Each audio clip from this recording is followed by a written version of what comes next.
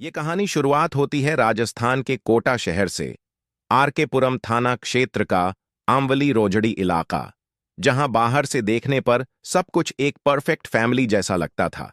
इसी इलाके में रहता था 45 साल का मनोज शर्मा, शांत स्वभाव, डिसिप्लिन्ड लाइफ और फौजी बैकग्राउंड वाला इंसान।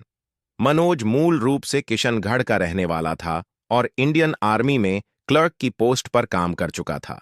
करीब 15 से 16 साल पहले उसकी शादी दीपिका नाम की महिला से हुई थी। कुछ लोग इसे अरेंज मैरिज बताते हैं तो कुछ इसे लव मैरिज कहते हैं, लेकिन शादी के बाद दोनों की जिंदगी बिल्कुल नॉर्मल चल रही थी। दीपिका ससुराल आई और आते ही पूरे घर की जिम्मेदारी अपने कंधों पर उठा ली। घर वाले भी उससे खुश थे और मनोज भी अपनी पत्नी पर पूरा भरोसा करता था, क्योंकि मनोज की नौकरी ऐसी थी कि उसे ज्यादातर समय बाहर रहना पड़ता था। इसलिए घर, बच्चे और परिवार की हर जिम्मेदारी दीपिका अकेले संभालती थी। वक्त गुजरता गया और कुछ सालों बाद दोनों दो बच्चों के माता पिता बन गए, 14 साल का बेटा और 12 साल की बेटी। बाहर से देखने पर यह एक खुशहाल और कंप्लीट फैमिली लगती थी, लेकिन हर कहानी की तरह इस कहानी में भी वो हिस्सा छुपा था जो बाहर से कभी दिखाई नहीं देता। करीब 5 साल पहले मनोज आर्मी से रिटायर हो गया।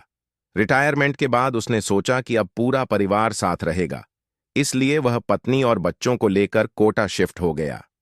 आंवली रोंझड़ी इलाके में उसने अपना घर बनवाया था और वहीं नई जिंदगी शुरू हो चुकी थी।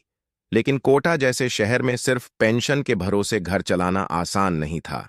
बच्चों की पढ़ाई, घर का खर्च और बेहतर फ्यूचर, इन सब ने मनोज को फिर से नौकरी करने पर मजबूर कर दिया। तभी उसने एक्स सर्विसमैन कोटे के जरिए सरकारी नौकरी के लिए कोशिश शुरू की और किस्मत ने उसका साथ दिया। उसे अजमेर बिजली विभाग में क्लर्क की सरकारी नौकरी मिल गई। अब उसके पास दो इनकम सोर्सेज थे, एक पेंशन और दूसरी सरकारी नौकरी। लेकिन इसके साथ एक नई परेशानी भी शुरू हो गई, क्योंकि पोस्टिंग अजमेर में हुई थी। मतलब परिवार कोटा में और मनोज अजमेर में। वह हर महीने पैसे बचाकर परिवार को भेजता और छुट्टियों या वीकेंड्स पर ही घर आ पाता था। दूसरी तरफ दीपिका पूरे घर को बड़ी समझदारी से संभाल रही थी। आसपास के लोग भी उसकी तारीफ करते नहीं थकते थे। लोग कहते, फौजी की पत्नी है, बहुत मजबूत और जिम्मेदार औरत है। मनोज रोज फोन करता, बच्चों से बात करता, पत्नी का हाल पूछता और जिंदगी ऐसे ही चल रही थी। लेकिन फिर आया 19 अप्रैल 2026, जिस दिन मनोज ने फोन पर बताया कि वह अगले दिन घर आने वाला है। बस इतना सुनते ही घर का माहौल बदल गया। बच्चे खुश हो गए और दीपिका तो जैसे तैयारियों में ही लग गई। अगले दिन मनोज घर पहुंचा। पूरा परिवार साथ था। सब कुछ बिल्कुल नॉर्मल लग रहा था। किसी को अंदाजा तक नहीं था कि अगले कुछ दिनों में इस घर के अंदर कुछ ऐसा होने वाला है जो पूरे इलाके को हिला देगा। करीब 10 दिन बीत गए और फिर आई 1 मई 2026 की सुबह। सुबह सुबह अचानक पड़ोसियों को मनोज के घर से तेज रोने और चीखने की आवाजें सुनाई दीं। पहले तो सबको लगा शायद किसी की तबीयत खराब हो गई होगी, लेकिन जब लोग दौड़कर घर के अंदर पहुंचे तो वहां का नजारा देखकर हर कोई सन्न रह गया। कमरे के अंदर बेड पर मनोज बेसुध पड़ा था। उसकी बॉडी में कोई हलचल नहीं थी और कमरे के एक कोने में बैठी दीपिका जोर जोर से रो रही थी। वह लगातार एक ही बात दोहरा रही थी, मनोज को हार्ट अटैक आया था, वो हमें छोड़कर चले गए। पड़ोसियों ने मनोज को चेक किया और पहली नजर में यही लगा कि उसकी मौत हो चुकी है। लेकिन लोगों के दिमाग में एक सवाल बार बार घूम रहा था, कल तक बिल्कुल ठीक इंसान अचानक ऐसे कैसे मर सकता है? कुछ तो गड़बड़ लग रहा था, लेकिन उस वक्त किसी के पास कोई जवाब नहीं था। उधर दीपिका का बिहेवियर लोगों को और ज्यादा कंफ्यूज कर रहा था। वह रो जरूर रही थी, लेकिन उसके शब्द और उसकी जल्दबाजी दोनों कुछ अलग कहानी बयां कर रहे थे। वह बार बार सिर्फ एक ही बात कह रही थी, होनी को कौन टाल सकता है, और इसके साथ ही वह जल्दी से जल्दी अंतिम संस्कार करवाने की तैयारी करने लगी। सबसे शॉकिंग बात यह थी कि उसने अभी तक मनोज के परिवार वालों को भी ठीक से सूचना नहीं दी थी, लेकिन अर्थी का सामान मंगवा लिया गया था। पड़ोसियों को अब मामला और सस्पिशियस लगने लगा, क्योंकि आमतौर पर किसी की अचानक मौत होने पर घर का माहौल अलग होता है। लेकिन यहां कुछ अजीब सा सन्नाटा था। ना कोई सदमा, ना कोई शौक, बस जल्दी जल्दी अंतिम संस्कार करवाने की कोशिश। मनोज की मौत की खबर सुनते ही पड़ोसियों को कुछ न कुछ गड़बड़ जरूर लग चुका था, और शायद यही वजह थी कि उन्होंने बिना देर किए मनोज के पिता बृजमोहन शर्मा को फोन लगा दिया। जैसे ही फोन पर उन्हें बताया गया कि उनका बेटा अब इस दुनिया में नहीं रहा और उसकी पत्नी दीपिका बिना किसी को बताए अकेले ही अंतिम संस्कार की तैयारी कर रही है, यह सुनते ही बृजमोहन के पैरों तले जमीन खिसक गई। कुछ सेकंड के लिए तो उन्हें यकीन ही नहीं हुआ कि आखिर इतनी बड़ी बात उनसे छुपाई कैसे जा सकती है। उन्होंने कांपती आवाज में पड़ोसियों से सिर्फ इतना कहा, जब तक हम कोटा नहीं पहुंचते बॉडी को कहीं मत ले जाने देना। इसके बाद 1 मई की उसी सुबह बृजमोहन अपने परिवार के साथ किशनगढ़ से कोटा के लिए निकल पड़े।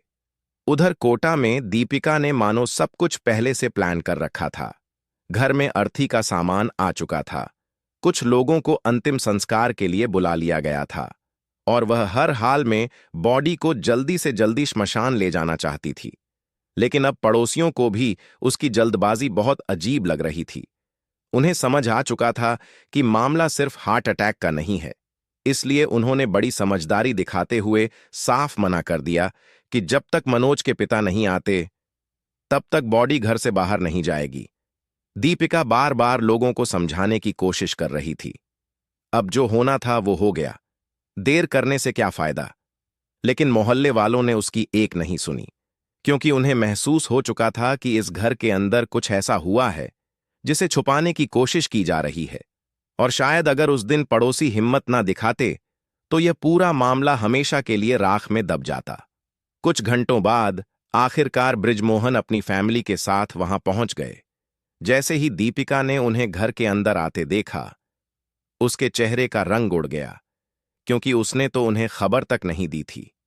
माहौल बेहद भारी था। बृजमोहन सीधे अपने बेटे के शव के पास पहुंचे। कांपते हाथों से उन्होंने मनोज के चेहरे से कपड़ा हटाया, और अगले ही पल उनका दिल दहल गया। मनोज के गले पर साफ निशान थे, जैसे किसी ने रस्सी या हाथ से उसका गला दबाया हो। सिर्फ गला ही नहीं, शरीर के दूसरे हिस्सों पर भी खरोंच और चोटों के निशान मौजूद थे। ऐसा लग रहा था जैसे मौत से पहले किसी तरह की हाथापाई हुई हो। सबसे शॉकिंग बात यह थी कि उसकी नाक और कान के पास भी अजीब निशान थे, जो किसी भी नॉर्मल हार्ट अटैक केस में दिखाई नहीं देते। लेकिन इसके बावजूद दीपिका लगातार एक ही कहानी दोहरा रही थी। हार्ट अटैक आया था। अब बृजमोहन सब समझ चुके थे। उन्हें एहसास हो गया था कि उनका बेटा नेचुरल मौत का शिकार नहीं हुआ, बल्कि उसके साथ कुछ बहुत गलत हुआ है, और शक की सुई सीधे दीपिका पर जाकर टिक चुकी थी। बिना देर किए उन्होंने पुलिस को कॉल कर दिया। कुछ ही देर में पुलिस मौके पर पहुंच गई, और सबसे पहले मनोज की बॉडी को पोस्टमार्टम के लिए भेज दिया गया। इसके बाद शुरू हुई पूछताछ। मनोज की छोटी बहन उर्मिला ने पुलिस को जो बताया, उसने इस केस को पूरी तरह पलट दिया। उर्मिला ने कहा कि शुरुआत में दोनों की शादीशुदा जिंदगी बिल्कुल ठीक थी, लेकिन धीरे धीरे दीपिका का व्यवहार बदलने लगा। छोटी छोटी बातों पर झगड़े, चीखना चिल्लाना, यहां तक कि कई बार मारपीट तक होने लगी थी। उर्मिला के मुताबिक 1 महीने पहले तो दीपिका ने बेल्ट से मनोज की पिटाई तक की थी। सबसे हैरानी वाली बात यह थी कि मनोज ज्यादातर समय अजमेर में रहते थे। हफ्ते में सिर्फ शनिवार और रविवार को ही घर आते थे, लेकिन उन 2 दिनों में भी घर का माहौल शांत नहीं रहता था। उर्मिला ने पुलिस को बताया कि दीपिका ने मनोज का एटीएम कार्ड भी अपने कब्जे में ले लिया था। जब मनोज ने कार्ड वापस मांगा तो दीपिका और उसके बेटे ने मिलकर उनके साथ मारपीट की थी। इस घटना को कई पड़ोसियों ने अपनी आंखों से देखा था।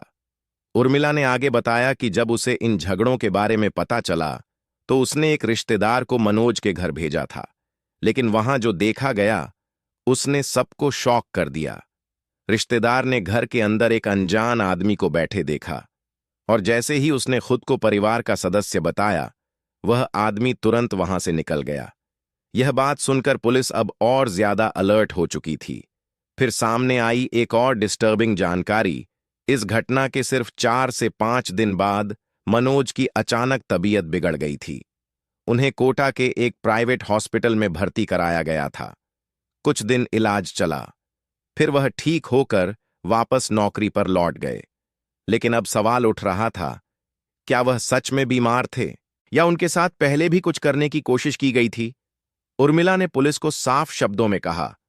दोनों के रिश्ते में सब खत्म हो चुका था, तलाक तक की नौबत आ गई थी, लेकिन फिर भी मजबूरी में साथ रह रहे थे। उसने ये भी बताया कि दीपिका ने पहले मनोज के माता-पिता और बहन पर झूठा दहेज केस लगाने की धमकी दी थी। इसके बाद पुलिस ने पड़ोसियों से पूछताछ की और यहीं से केस ने डेंजरस मोड़ ले लिया। कई पड़ोसियों ने बताया कि उन्होंने एक अनजान आदमी को कई बार दीपिका के घर आते जाते देखा था। वह अक्सर तब आता जब मनोज अजमेर में होते थे। कई बार तो वह पूरी रात घर में रुकता और सुबह चुपचाप निकल जाता। यह सुनते ही पुलिस के कान खड़े हो गए, क्योंकि अब साफ हो चुका था कि उर्मिला जिस रहस्यमयी आदमी की बात कर रही थी, वही शख्स बार बार इस घर में देखा जा रहा था। और तभी सामने आई पोस्टमार्टम रिपोर्ट, जिसने दीपिका की पूरी कहानी को 1 सेकंड में झूठ साबित कर दिया। रिपोर्ट में साफ लिखा था कि मनोज की मौत हार्ट अटैक से नहीं हुई, बल्कि दम घुटने की वजह से हुई है। पोस्टमार्टम रिपोर्ट आते ही पूरा केस पलट गया। मनोज की गर्दन पर दबाव और चोट के निशान मिले, शरीर पर खरोंचें थीं और विसरा जांच में शराब मिलने की संभावना जताई गई।